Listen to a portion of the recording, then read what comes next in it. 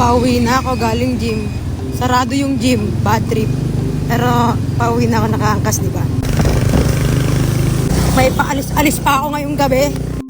Tapos sarado pala yung gym. Hindi, mali ko rin naman kasi hindi ko chinek yung page. Di ba kuya, mali ko rin yun. Oh, mali ko talaga yung kuya.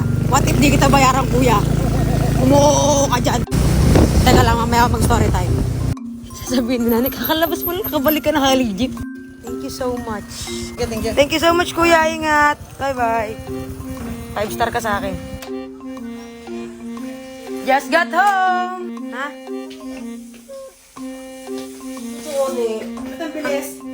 Hindi ko rin alam, ba't mabilis? Tapos na ako mag-gym. Nagtanga-tangahan lang. Sarado yung gym ni, hindi ko na siya. Siguro yung si kuya, asawa ko siya nung past life. Sabi ko sa kanya, hala, sarado! Tapos sabi ko, sige kuya, diretso na tayo sa halang. Sabi niya, ay baka sarado din doon, sabi niya. Ngayon, chinek ko yung page. Nakalagay, Diyo, tagan-tagan diba?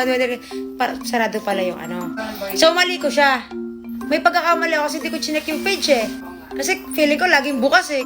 Mali ko naman na ang empleyado ng netong ano ay hindi naman sila waterproof. To make the story short, sabi ko, sige, papunta na sana kami halang. Chinek ko na yung page. Sabi ni kuya. O paano, uwi na tayo. Lah. Sabi.